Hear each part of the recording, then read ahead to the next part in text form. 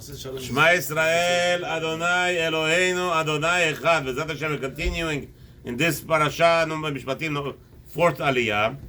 So the Aliya starts with a warning. Elokim, Elohim lo tikalel, v'nasi b'amacha lo ta'or. So there's the whole discussion. What does this mean, Elohim? Obviously, anytime the Torah tells us the word Elohim lo ta'or, and it has such a reference, so the Chachamim tell us it's talking about a judge. Yes, there is a warning. You're not allowed to curse your God over here. Other places it gives you punishment, like you need a warning. Like we need a warning not to curse Hashem. But the side note, the Rabbi is just telling you, this means over here you cannot curse a judge. And that's the reason. The problem is the judges will be scared if the people will be abusing them with their words. And other places that actually we have a halakha that says the judge should not be scared of people cursing him, but whatever. But that's the pasuk. Also, a nasi, if you have a leader of Am Israel, you're not allowed to curse him. Specifically, there's another curse. Now we are understanding. We already discussed in the Hilchot Mitzvot, the right during in the mornings. We already discussed. It's talking about using Shem Hashem. If you say, like I say all the time, Yimach Shemo Bibi V'Zichro, the Rasha should be destroyed and killed as soon as possible. It's not really cursing. It's a hopeful wishing. It's a hopeful thinking. Why? What? Yeah, why? Yeah. Why is it wishful thinking to have the judge destroyed? No, Bibi Netanyahu, because he's harming the Jewish nation non-stop and he's priding himself. So really, I'm not still cursing him. It's just wishful thinking. When I say Yimach Shemo V'Zichro, cursing means you have to say Hashem's name. May Hashem curse somebody. He has to say the name. That's called cursing. If you say somebody go to hell, that's not a curse. May you drown, may your mother drown, that's not a curse, that's wishful thinking. You are suggesting a calamity, but you're not cursing. According to halakha, cursing is only saying when may Hashem make that person drown. May Hashem make that person die. Okay? Since Bibi, we're 99% certain that he's not Jewish, and what he's acting and so therefore I'm just saying in that way I will not use Hashem's name. But don't worry, somebody cursed a prior prime minister and Baruch Hashem he went. Okay, what can you do?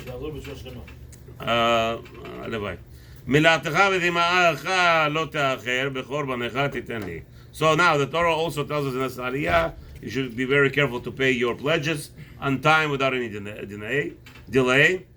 Okay? Now, if you have a firstborn, the mitzvah, this Parshat told us about a firstborn baby of your animal, of your cow, you're supposed to give to Beit HaMikdash. But still, Torah tells you, Habibi, wait, you let it be with his mother for 8 days, not to be achzarim over there in anything. And the rule is the Jews have to be a holy nation. Here's the pasuk: "V'anchei kodesh tiyun li."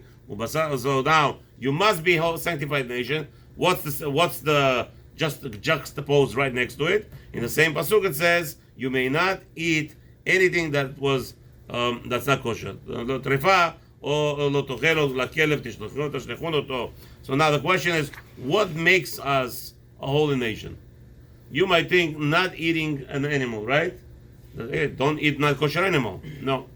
You know what makes you a good nation? What makes you a holy nation? The end of the pasuk. Usually, Hashem leaves what He desires the least. So what's the end of the pasuk? You know what the Torah commands us to send dead animals, carcasses to your dog? Because dogs did a beautiful thing for us. When we came out of Egypt, they didn't bark. So it's called Hakarat HaTov. You know what makes a Jew holy? Saying thank you to people who helped you. Even to an animal. Even being gracious to an animal. What? Hashem says you must be a nation of holy people. What is that?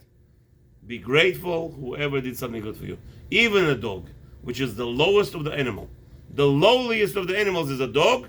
And still Hashem commands us to what? To be Hakarat HaTov. To grateful. And that's what's going to make us holy. Not that you're not eating. Yeah, of course, not eating terifot is going to help. Obviously, we know that if you eat not kosher, your mind is going to go kukum. But over here, the punchline is hakarat hatov. Then it continues, the pasuk starts off to chapter 23 in the middle of the Aliyah. Pasuk Aleph Tisa Hashem Hashav. You're not allowed to swear falsely. Okay, you're not allowed to judge according to majority to punish, meaning according to Torah. If you have a capital punishment, we're talking about not monetary. Monetary is always majority always wins. Capital punishment, you need majority of 2, not majority of 1. The Torah tells us you're not allowed to follow majority of 1, meaning we have 23 capital punishment judges. So you have 12 against 11 say guilty. We are not guilty. We have to rejudge the case again. 12 against 11 cannot punish the person. They have to rejudge it until one of the judges flips. Otherwise, it has to be minimum 2 to punish capital punishment. And this is in this Aliyah. Also in this Aliyah, you may not favor poor person in judgment. So our Supreme Court was like 23 judges? Yeah. A poor person cannot be favored by the judge. He cannot say he's a poor, I have to give him tzedakah, and the rich man also has to give him tzedakah. So let me just make the poor rich man pay him. It's a grave sin. If the rich man doesn't owe to the poor person, you cannot rule on the poor person's favor if it's not true. And also now, what about Shabbat Avidah? In this parasha, it's also talking about Hashavat Avidah. You must return an item that was lost by your friend. Return it to him. It's a mitzvah doraita. And actually, the Gemara in Baba Kama says it's a payment to you. You are like a shomer, not chinam. Usually we have 4 watchmen, right? Shomer sachar, shomer chinam, shoel, and socher, right?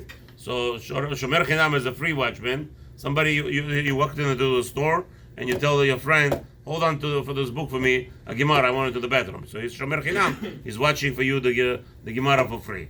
But let's say you went to the store and you put down the Gemara on the counter and you left the store, you forgot your Gemara after you went to the bathroom. So now your friend comes to the store and he sees the Gemara, it's yours. So he picks it up. The moment he picks it up, he becomes shomer sachar. He's actually paid. What's the payment?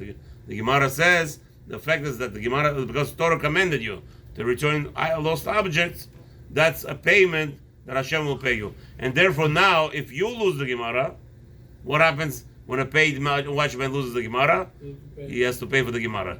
So the guy who found the Gemara in the store, he wants to bring it back to his friend, and if he lost it on the way, he has to pay for the Gemara.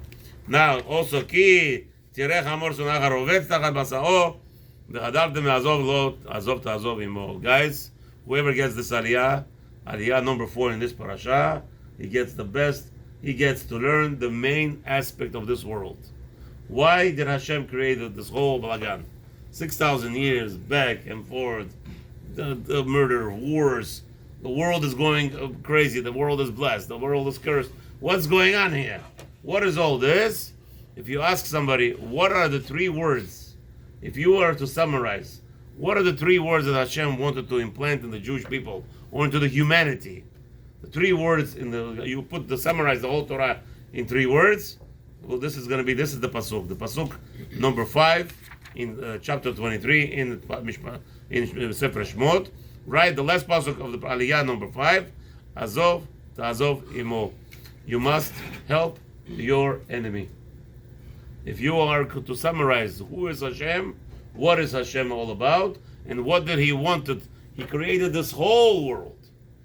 These 3 words, the whole world stands on. What are the 3 words? Help your enemy. You must help your enemy. How did Hashem practice this mitzvah? It's a command in Torah. You must help your enemy above all.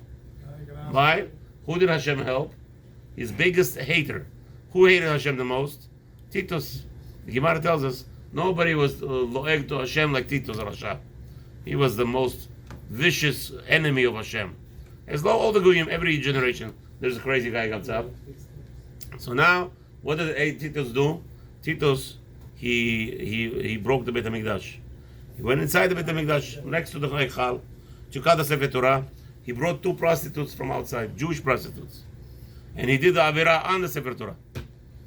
And Hashem says, you must help your enemy. What did he do? Hashem did not bother him for a second. If you are to summarize who is Hashem and what does He want to implant in us, is to tell you that you know that you're here for somebody else. You're not here for yourself. What's the question? So why don't we have the same concept when it comes to like the Amalek? Amalek? Yeah. No, that's not a stira even. Over here, Hashem tells you where you are to implement a finish end result. Amalek, where he came and he destroyed the entire the chashivut and implanted a very big juke into the whole world. Chashivut, the importance of the Jewish nation. Remember, from the first day of this creation, after Adam Arishon, till today, Goyim are always trying to prove Hashem, you and Shamayim will take care of the world. But Hashem says, no, you can't exist. The world can't exist without you knowing that I'm here and you behaving on the rules that I gave you. Here's the guide. You want to take a tour of my world? Here's the guide. That's the Torah. You can't live without it.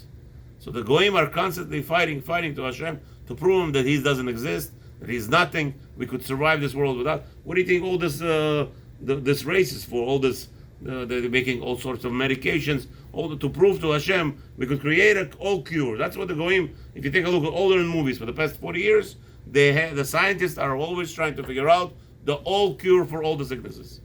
Hashem says the world is not designed like that. I give sicknesses for a reason. You're asking, well, Amalek is Ra, so maybe we should care for him also. You're true. If Amalek came to do tshuva, no problem. But Hashem says to destroy which part of Amalek, which element of Amalek, but the element of Amalek that's destroying the world, the society. Right now in America, you have everybody, it's full of Amalekim. What's the best secret that you know it's Amalek? Anybody who's confusing people. Anybody who's just laying out garbage. I don't know who the woman is, right? The Supreme Court lady, they asked her, what is a woman? She says, I'm not a biologist. So you know that she's a Zer Amalek. Anybody who is spewing outside the confusion to the world, they are Amalekim, and Hashem says, destroy that. Barack Obama. Okay? Anybody who is doing Amalek. But that's not the point. The point is, we have to know, what is Hashem? What is it all about? It's about helping others. Have a wonderful evening.